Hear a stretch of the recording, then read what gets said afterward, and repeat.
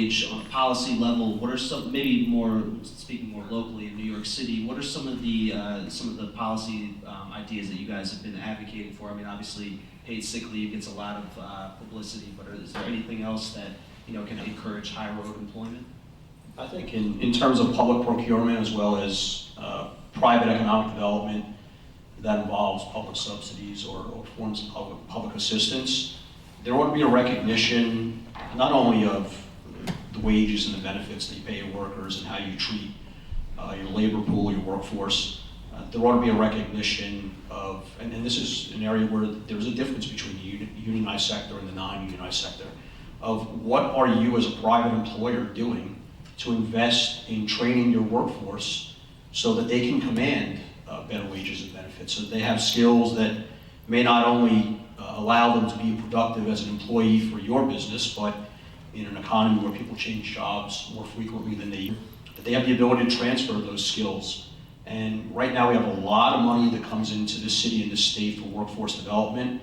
I have to tell you, in the unionized sector of the industry, I have no idea where that money goes. We don't take it, we don't use it. In some respects, I have to even say we don't want it. We find the way that the funding streams are put together to be not particularly useful for allowing us to invest in our workforce.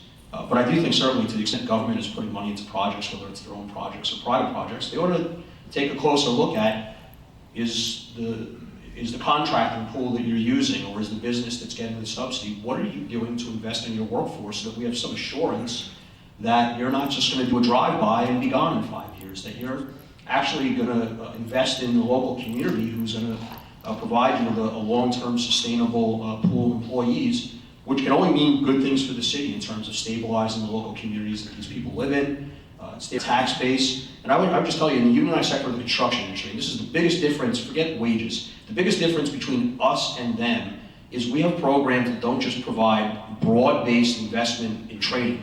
I'm talking $50, $60 million a year just in New York City, $1 billion throughout the whole country. That's private industry in the construction industry on the unionized side. Invest that every single year in training new members of the industry and providing continuing education for existing members of the industry so that they're up to speed on what they need to know to be a productive employee, so that they can command wages that some people may complain about. But the fact of the matter is, if you want to have a stable community in the city, you have to have middle-class wages. You can't, the fight over minimum wages, that should be the no-brainer. I understand that it's fraught with a lot of debate, but I mean, if we can't agree on $10 an hour, then we're stuck in the mud. But in the unionized sector, we run programs. How many people here would know that we run programs to bring hundreds of high school seniors who are graduating into the construction industry? That we give them the equivalent of a $40,000 scholarship in terms of the training that we invest in them. How many people would know that we provide opportunities for hundreds of veterans every year to come into the industry? Same thing. We pay for their training. We don't get any government assistance for that. But government ought to recognize that there are private actors in the economy who are better than others. And quite frankly, some of our employers and some of the business partners we have ought to stop defending the bottom feeders in the industry, because in effect, they're sowing the seeds of their own demise. You have businesses in this city, a lot of them, that do the right thing, that don't pay their workers, $8 an hour, don't pay their workers $10 an hour, don't cheat on, 5 different labor laws, don't, not have workers' compensation, don't pay people off the books. There's a lot of businesses in this city that do the right thing, and it ought to be more of a business interest to say, hey, you know what? Some of the businesses in the city are good, and some of them are bad, and we don't want to be associated with the ones that are not doing the right thing.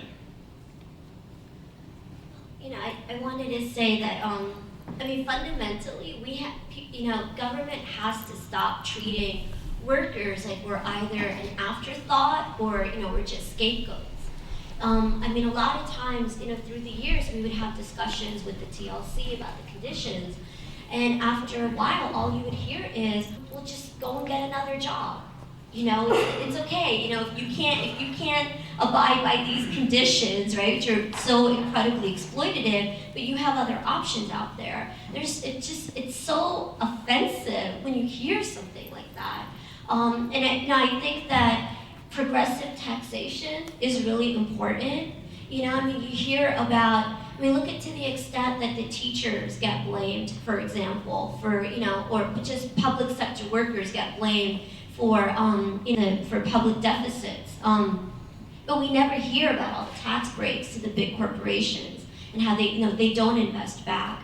I think something has to be done about the housing market. I mean, rents are so high in New York City. We have men spend more than half of their income, that just goes to pay their rent. We're not talking about people that are living like on the Upper East Side, right? We're talking about majority of people that are living in Queens, Brooklyn, Bronx, Staten Island.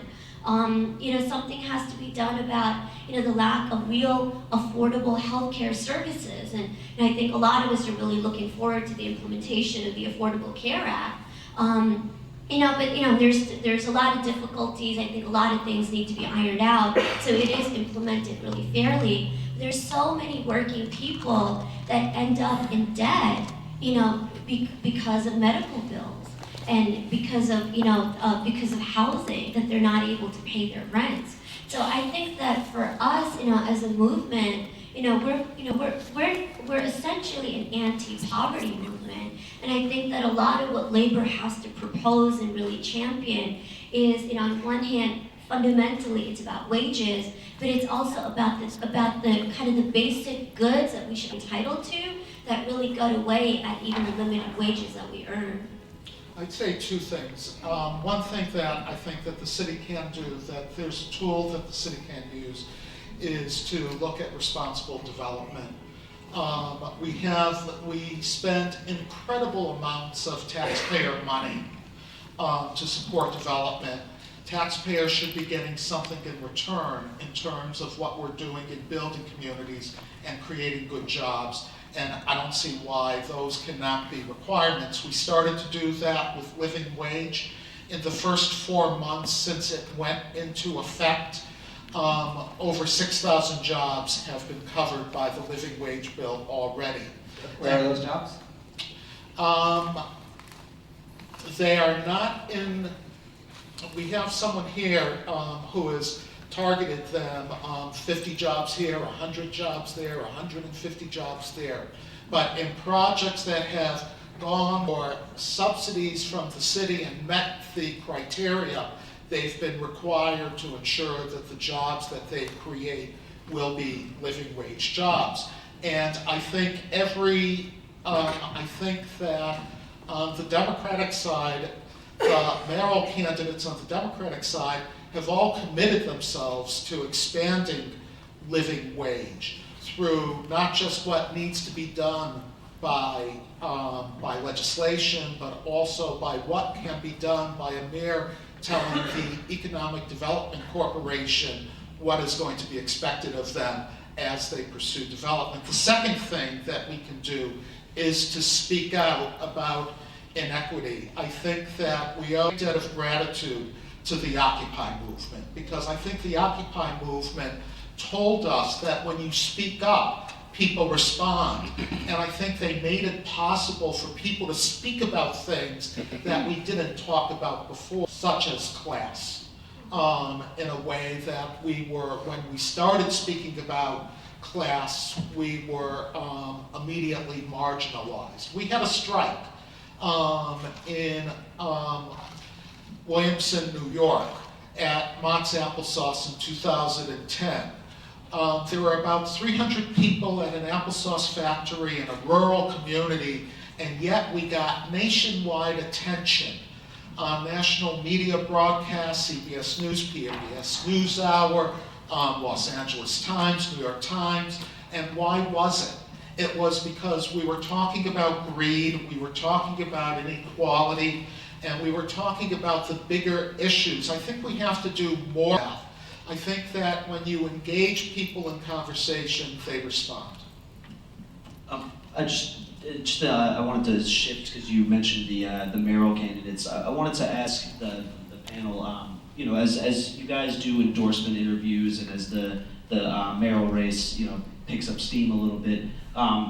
In terms of our next leader, our next mayor, what is the criteria that you are holding these candidates to in order to in thinking about endorsing? Maybe Lenore, you can start with this, and just in the interest of time, we could keep our answers a little bit brief. I think for us, we have a process that includes our member of of interviews. We also recently did joint interviews with REBNY on a set of issues. I asked the mayoral candidates to come before a joint group to talk about what their vision for the city is. And I think for us, what's important is that the next mayor is very committed to supporting working people's issues, supporting in the collective bargaining process. We, for example, have represent 5,000 workers in the schools who, like all the other unions representing workers in the New York City school system, have not had contracts for 5 years. And that is an outrageous situation that this mayor and the Department of Education have refused to negotiate fairly for contracts, and actually it's creating a financial crisis for the city. And so that's a situation that's critical to that.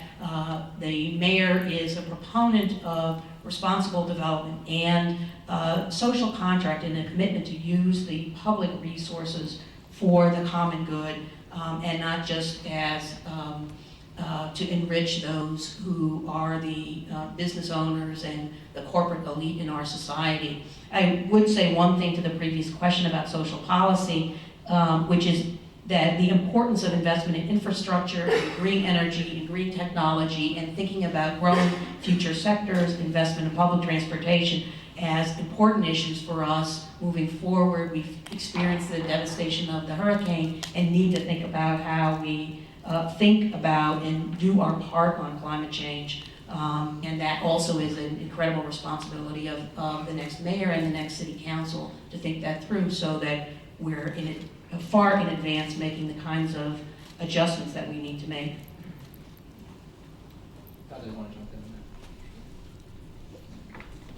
I would echo what Lenore said, particularly with respect to being supportive of economic development, but certainly to try to do a better job of answering the question, economic development for whom?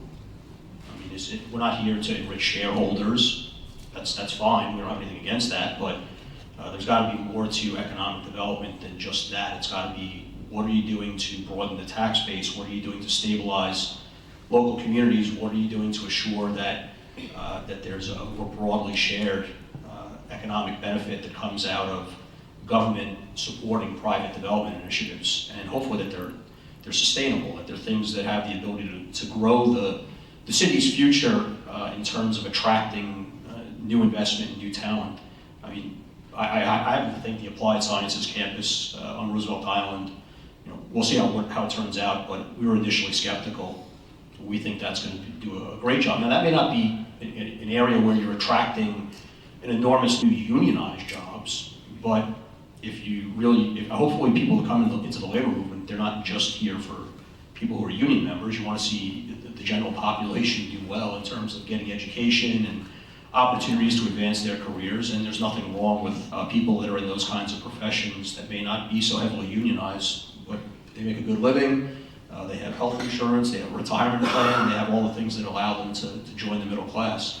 And the other thing that we would want to see is a continued commitment to public structure investment.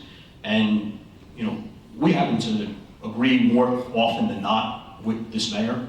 It doesn't mean that we agree on everything, but one thing that he should get credit for is, and you take example, school construction.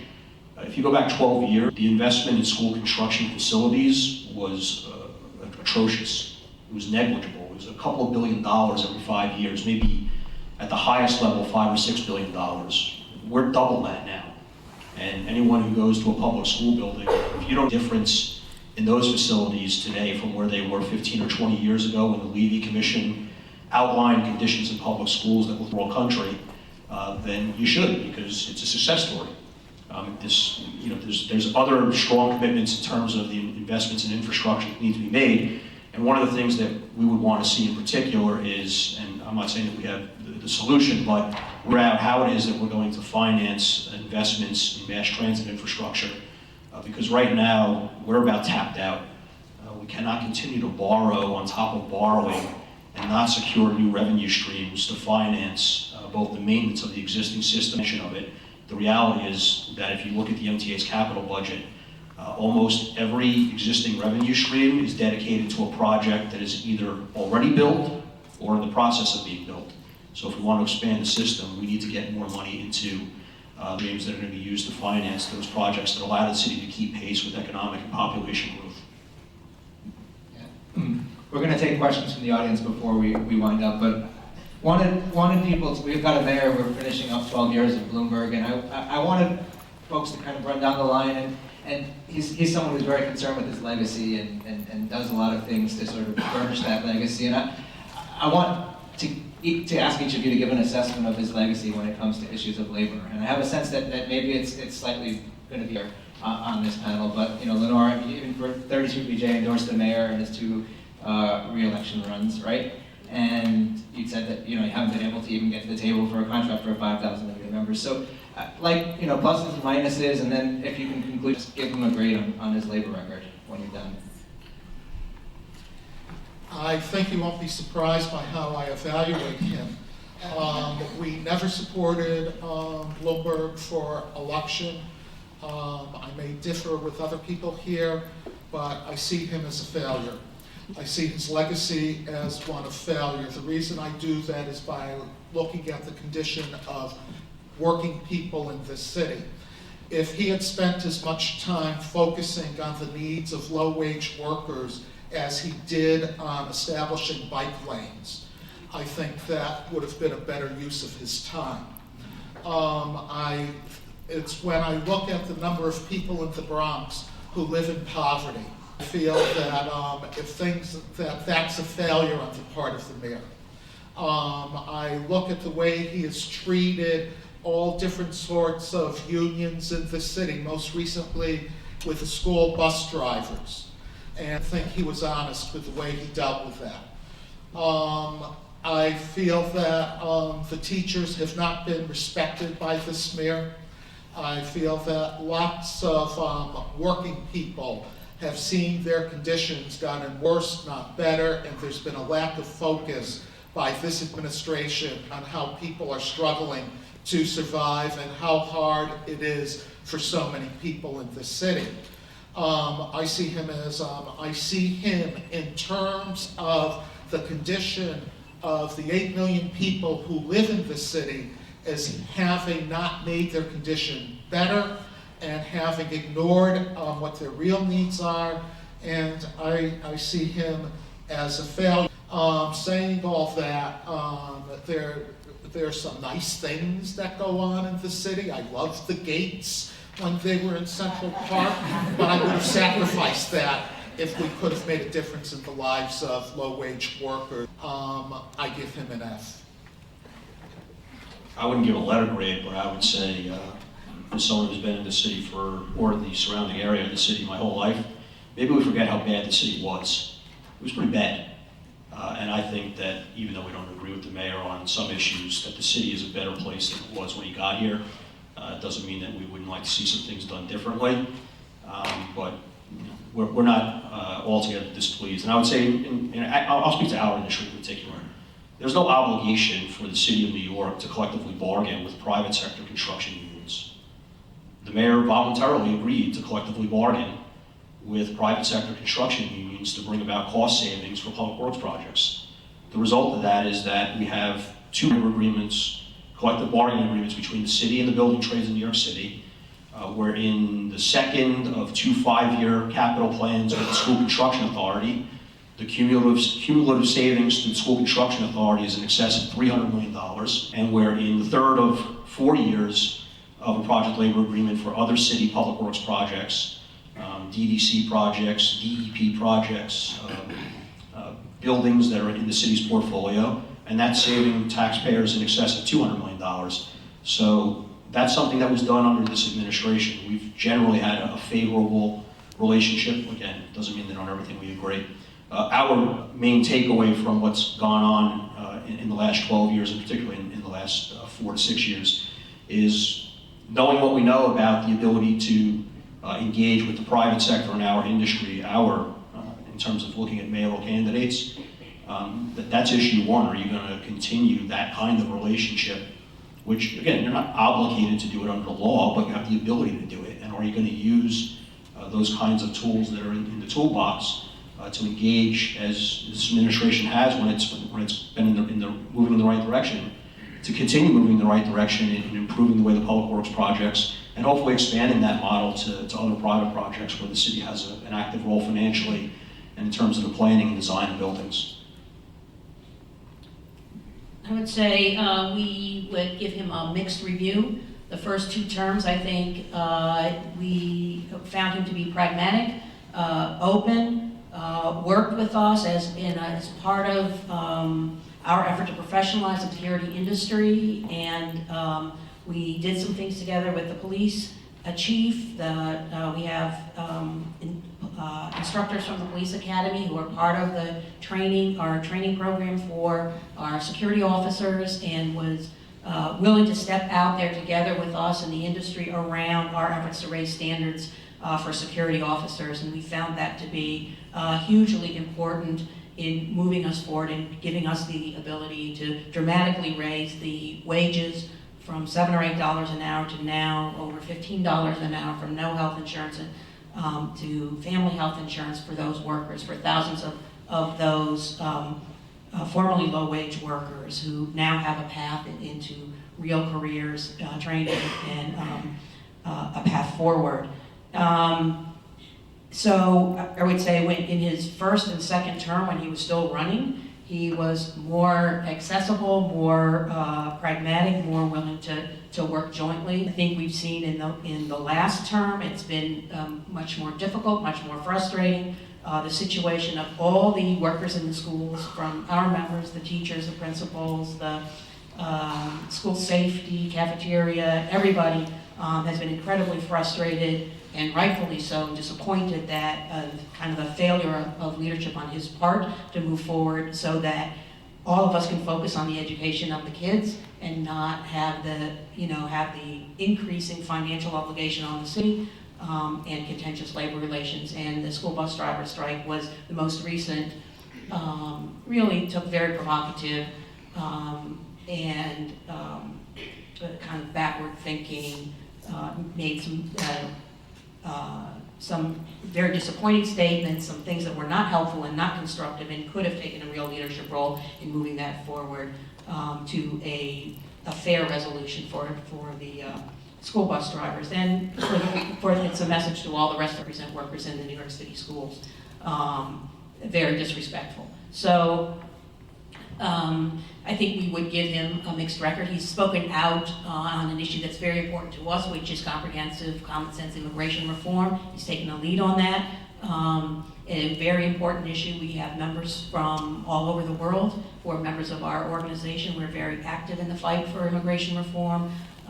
He's spoken out on climate change and sort of increased the visibility of green and the importance of green in a way that helps create a public debate and dialogue on that as an important issue. So we would give him a mixed record, mixed review.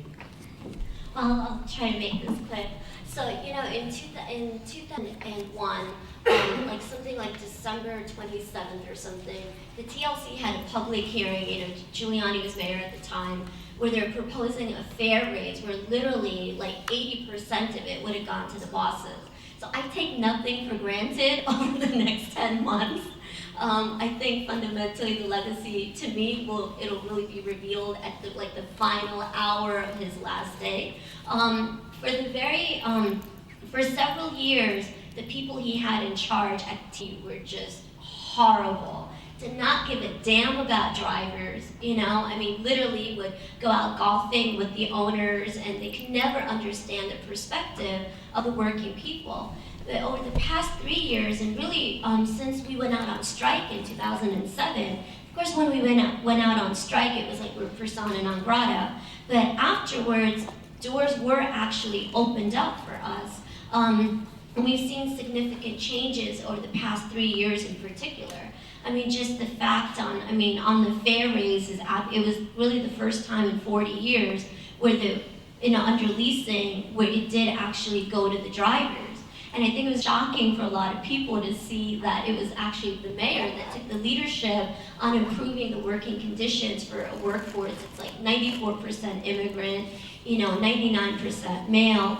And really, I mean, we've been under attack, public attack, similar to the teachers in so many ways through the years. I mean, does this mean though that you kind of wipe out all the previous years where you really felt ignored and neglected, and you felt that there was nobody in place either at the TLC or the NYPD, kind of the two departments that we really have to interact with that the mayor controls? That's hard to say. It's hard to wipe all of that out, because of new initiatives that have come in. And I think that a lot of the positions, both on the school bus drivers, but also, I mean, when transit workers went out on strike and, calling striking workers thugs, I mean, that just felt really unfavorable. I think that he's done a lot, I mean, as Lenore said, in terms of repositioning how we talk about, the rights of immigrants. But because there has been so much, I think, limitations and shortcomings around kind of the lens of economic equality within the city, that sometimes even on the more positive notes, on the more positive initiatives, they've gotten overshadowed by, I think, some of the bigger failures. And I really do hope, I think 10 months is actually a long time in office. And I am optimistic that moving forward within the rest of the year, that, some good, there are lots of wrongs that can still be right, still enough time for that.